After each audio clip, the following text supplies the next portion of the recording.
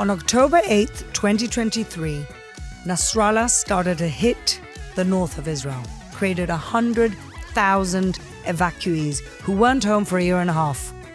But now they're coming home. Can they build it bigger and better? We're going to find out today.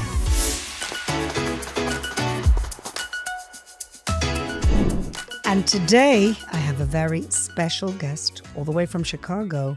Deb Lust is the president of the Jewish National Fund USA. And we all know that the Jewish National Fund USA do amazing jobs. And let me tell you, I've been around the country and every other building is like Jewish National Fund USA. But Deb, I want to take it back to October 7th. Unfortunately, our lives are before October 7th and after October 7th. And your role in the Jewish National Fund is extremely significant because you're going to be telling me in a minute how you guys are dealing with the rebuilding of the North. But where were you and what were your first thoughts?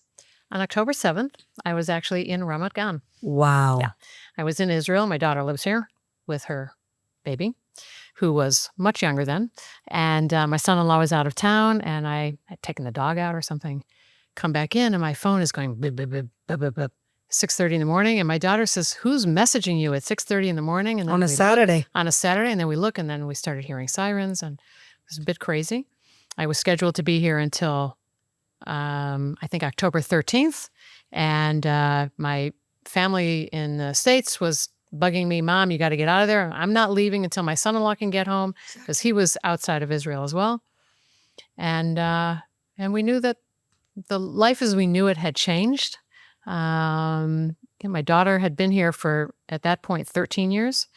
And she was in the army, and she had been through various things coming out of Gaza, but this was clearly something very different. And I wasn't yet president of Jewish National Fund USA, but I was still involved. And interestingly enough, there were a group of kids here at Alexander Muss High School in Israel, which That's right, which is JNF-USA runs and owns.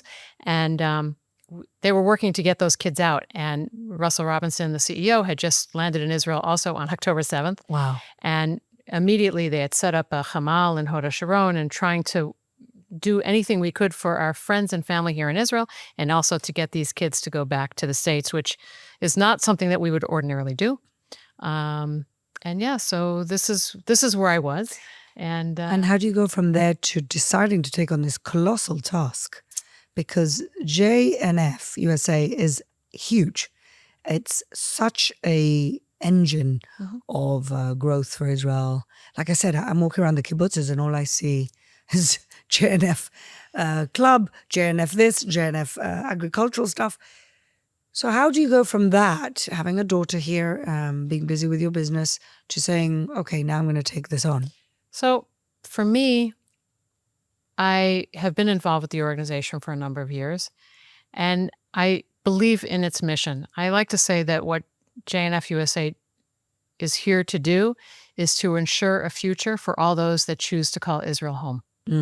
And the events of October 7th really kind of solidified that, because there are people here that now maybe they're nervous about living in Israel or coming to Israel, or what's the future of Israel look like? There's, for years, obviously, we've battled security concerns, but nothing like this ever before. It's almost like that exactly that sentence you say, those who choose to call this home, it's almost like that word home was in doubt. Yeah. For a couple of days. I think that that's true. And maybe for some people it still is in doubt. I'm not sure. Yeah. 20 months into this thing, whatever this thing is. Yeah.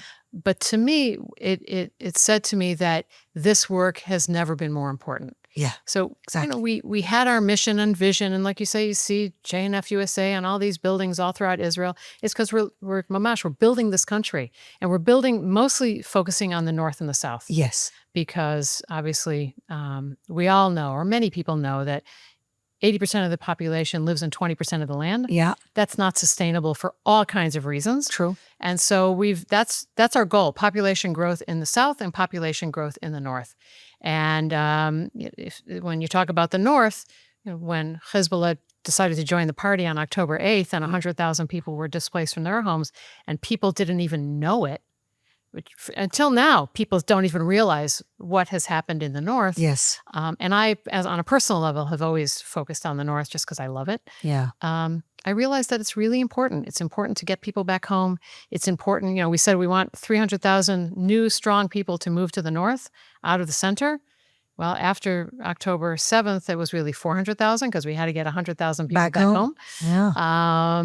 And it just, the mission became even more urgent and more important. I think the mission also became existential because the minute you give up on a piece of territory, you've lost it. Yeah. And that's exactly what Hezbollah wanted. They wanted people to run scared. You know that in Jerusalem we had about 35,000 evacuees, most of them from the north, and they were in our hotels here, which is just as well because the tourism industry, as you know well, in Jerusalem is so important to our economy, was completely slashed and hasn't really come back. And we were just recovering from COVID. So the whole thing's being a nightmare. So how do you go back to this beautiful piece of land that has been under constant, heavy bombardment, most of it evacuated? How do you now go and say to people, come home? And what is the first thing you do? So when I think about what people need in order to move back home or to move for the first time, because, we want all those people to come back home, but we also are talking about new people moving to the north. And you think, oh, that's crazy. Who's going to do that? Yeah. But what do people need? People need security. Yeah. So security comes in all kinds of forms. Yeah. There's physical security.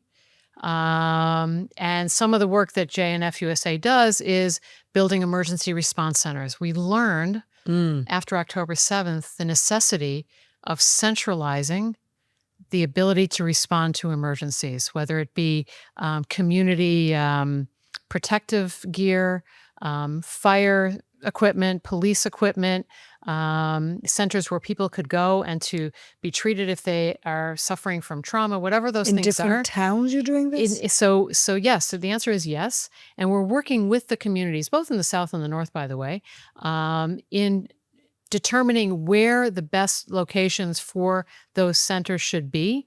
We're not making the decision as to where to put them.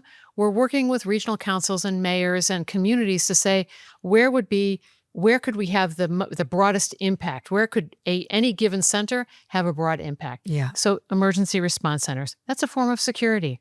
We're building a medical center in Kiryat Shmona. Is that a hospital or the beginning of a hospital? It's not a hospital, but it's close. Right. They won't be doing surgery. But I was just there 2 weeks ago, a week and a half ago, and I was blown away. Virtually the entire building is fortified against rockets and also against earthquakes. Well, that's which handy. is really interesting. Yeah. It's 40,000 square feet. Wow. 20,000 on the first floor, 20,000 below ground. An emergency room, Tipat Chalav, well baby care, women's health, which they have not really focused on in the north, and general medical care. And it's astounding. And the building continued throughout the war. People would say, "What? Where are these cement trucks going?" Right? Oh, they're going to build that medical center in Kiryat Shmona. Really? And people, when they hear that, they're feeling that sense of security, and they're being given a sense of hope.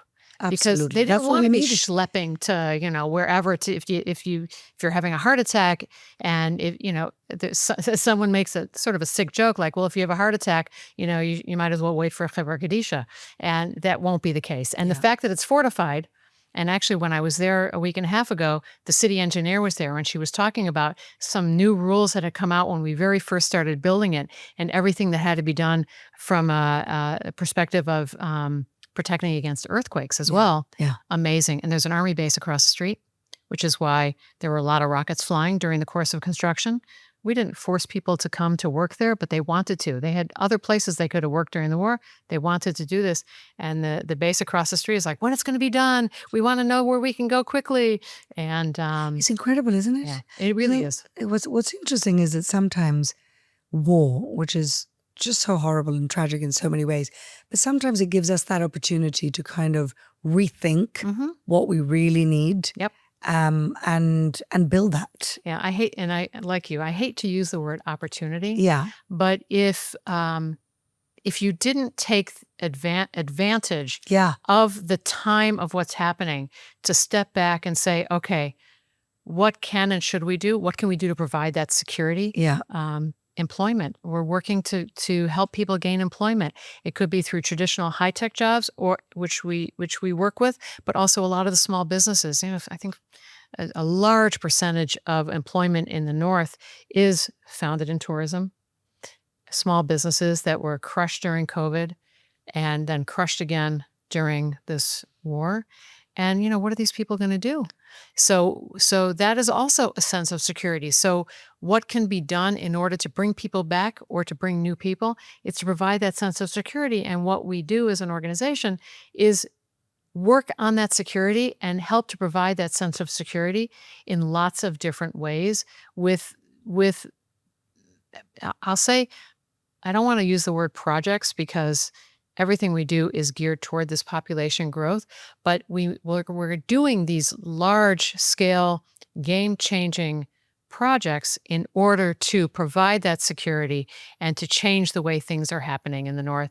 And, another example is we're building a culinary institute. And you go, wow, culinary institute, that's kind of crazy. Yeah, we don't eat well enough here. You eat well enough. However, I will say that, and this is down the line that this will happen, but how many chefs in all these wonderful chef restaurants were trained outside of Israel? Kind of crazy. Yeah. And hopefully they come back. But the idea here is it's located in Kibbutz Gonen. I was just there and meeting with their kibbutz manager, and the community itself, they're excited by this. Why? Because it's going to provide employment. It's going to provide opportunities. There's going to be tourism elements. There's going to be a restaurant. There's going to be an element of people coming, maybe doing Israeli businesses coming and doing bonding days, working in the kitchen. But also summer culinary courses. People go to Italy all the time. Of course. To do culinary courses. And we're going to be doing those. Right. And it could be a day-long course. It could be a week-long course. And eventually, we'll bring in students internationally to learn on a 12-month program. But the other thing is that it's not just this single isolated project. We're partnering with Migal, which is a research institute, Galilee Research Institute, and they do a lot of agri-tech and a lot of research in that realm. We're going to have a small farm that they're putting there. So we're learning, it's not just farm to table, but it's anyone who's going there is understanding where their food came from, working with the regional resources. And Migal is now becoming part of Tel Chai College, which will now be a university. So we'll have students from Tel Chai that could learn at the Culinary Institute. We have students at the Culinary Institute that could learn at Tel Chai, the Research Institute. It's all this sort of interplay and this connectedness. And again, that in and of itself is getting people to work together. That provides a sense of security. Deb, this is all fascinating, but how many people are moving back north? From what I understand, so there were 100,000 people that were evacuated. I think there could be up to 70,000 that have already moved north. Now, That's amazing. There are a lot of people that haven't yet, and the reason why they haven't is not necessarily because they don't want to, but their kids are in school. Yeah. So they can't take them out in the middle of the year. They're not going to take them out in the middle of the year. I think that the schools would be potentially ready to receive them, but I don't blame who's going to want to move their kid in the middle of the year. So you think more will come back towards the summer? So we're actually bringing a group of donors from the United States. I think it's going to be 60 or maybe as many as 100 coming, and we're calling it a Welcome Home Mission, and it's going to be in July. And after school is done and before school begins on September 1. And the idea is not for us to say, hey, look at what we've done, but it's to really welcome people home and to welcome them back and to say, hey, we're here for you. We were here for you before. We're here for you today. We'll be here for you tomorrow. And so it's also letting them know that we will be there with them to help them provide that sense of security. And so, are there going to be people who won't move back? Probably. But I got to say that I spent 3 days in the North in the last week and a half. I didn't feel that. I felt a lot of hope.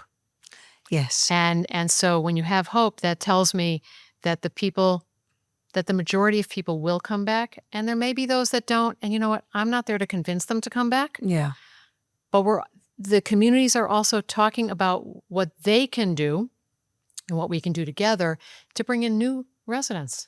I agree. I think there's a lot of ways you can incentivize. And there's such a beautiful part of the country. I love it. And especially if you have the resources and the infrastructure that you guys are putting together, it should be and the university, it should be an enticing thing.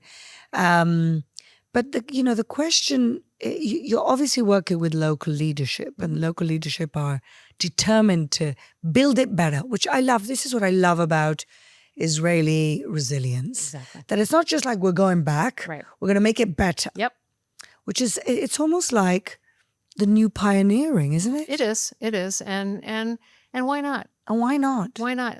There may be people, maybe it's older people that say, it was fine just the way it was. Right, of course. And again, it's not JNF-USA saying, we are going to make it better for you. It's working with the local leadership to say, hey, come to us, tell us what you think you need to make it better. Yeah. And then let's see how we can do it together. Everything is done in partnership. And the leaders there are incredible. Yeah. They've shown such For sure. real leadership. They haven't politicized things. They've just kept it very practical. Yeah, exactly. How are things going in Metula? Because that's a destroyed city. Between Metula and Menara, those are two cities that people don't even realize. They don't know. They don't realize. And it's really hard.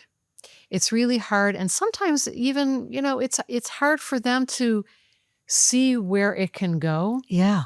And that's part of what we're trying to do as well, is to help them see where it can go. It's going to take time. And Deb, do people feel that the war is over in the north? Because, what's interesting is Hezbollah's still there. Still there. Okay, we cut the head off, of the snake, but it's still there. And somehow people feel a sense of closure, which is interesting to me. I find it interesting as well. And, we still, I think Israel is still within 5 spots on the northern border. Right. And actually have a very dear friend of my daughter who spent 350 days in reserves and was just called back for the northern border. For the northern border. For the northern border. And he was told, no, it's not going to be 30 days. It's going to be 90 days until August, which gave me pause a little bit. But the people I've spoken with, they do feel more confident. It has been quiet. I think they feel that Israel is not going to abandon them. Right. Maybe they felt abandoned before. I'm not sure. I think a lot of people felt that they were evacuated too soon. But I think in retrospect, when you see what we managed to do there in terms of pushing back the enemy, I think it was necessary. I think it was necessary. But I had a conversation with Moshe Davidovich, who's the mayor of Matei, who's a wonderful man. Wonderful. And he evacuated his communities, within 2 to 3 days. He's like, guys, get out of here. This is not going to be safe. Yeah. And, really pushed. Originally it was like 3 kilometers. No, it should be 3.2 kilometers. Yes. It all seems so random. It all seemed random. But I do feel, and I, have many friends who live in the north, and they definitely feel more confident and secure. And they're also continue to be guarded. Of course, who wouldn't be? I mean, you have this post-trauma from this terrible situation. For sure. Where you had to leave everything behind. Some people see their homes destroyed in front of their faces. Yeah. I mean, it was absolutely terrible. And so we're really so blessed to have champions like JNF-USA doing that. But just from your own perspective, Deb, we've been, the last few weeks has been an onslaught of libels and slanders and intense diplomatic moments. How's the day-to-day in your home city, in America? How do you feel? Where do you think the Jewish community is at the moment? It's a very good question. So I'm from Chicago. Yeah. Which is an amazing city. Yeah, lived there my beautiful. whole life. Actually, we all sadly this morning learned of a horrific incident in Washington, D.C. And this terrorist was from Chicago. Oh, Lord. I know. I didn't know that. Yeah. I don't personally feel nervous. Right. You don't feel unsafe? I don't feel unsafe. And that's even given the fact that I live in a city where it's not necessarily always the friendliest city when it comes to the Jewish population. There have been encampments at the universities, at DePaul, which is literally down the street from me, and Northwestern and University of Chicago, and you see what's happening. It's not a great feeling, but the community, the Jewish community is pretty strong. And it's not everyone comes at it from the same perspective. Of course. And there are people even within our own community that maybe I would prefer not to hear their opinion on certain things. Yeah. Without being political. Sure. But I think that those of us who are firm Zionists, and I'm talking about Zionists from the left, the center, and the right. Absolutely. I'm not talking about extremes. No. But that spectrum, I think that we are all feeling like, what can we do to help Israel? What can we do to fight anti-Semitism? And from my perspective, I prefer personally, this is just personally, not talking about fighting anti-Semitism, but doing whatever I can do. And in part, I feel like I can do this even in the role as president of Jewish National Fund, is that we want to provide a strong identity. And to provide a strong Jewish identity and a strong Zionist identity, instead of fighting against something, absolutely, you can stand up loud and proud and let it roll off. Yeah. Know who you are. You can know who you are, and it can be really, really hard, especially if you're in college and it's really difficult. I've got grandkids one of whom is already in the Chicago public school system. I don't know what she's going to face. Yeah. And, so from my perspective, I need to make sure that she has a strong identity and that she can just stand up proud for who she is. And the rest is going to be what it's going to be. I honestly think that's the only answer. The only positive and constructive answer to anti-Semitism is, I think Brad Stevens says, just become a bit more Jewish. Yeah. Or at least know who you are, where your people come from. Exactly. And so, from my perspective, and when I talk about Jewish National Fund, to me, it's about Jewish values. So we provide that strong sense of values to our kids and our grandkids and our friends and our family. And if you give them that sense of strong Jewish values, it'll become a strong Jewish soul, and then just kind of go from there. That's just my opinion. Amen. And I think that's the right way to look at it. And we're so lucky that the Jewish National Fund has been a partner of building the state of Israel from the ground up, literally, from purchasing the ground all the way up. And this is the beauty of the Jewish people. For sure. That, whether we are dysfunctional or not, we are a family.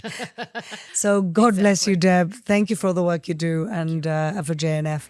And we hope to see you many more times for Simchas. Absolutely. Sounds like a plan. Thank you. Thank you.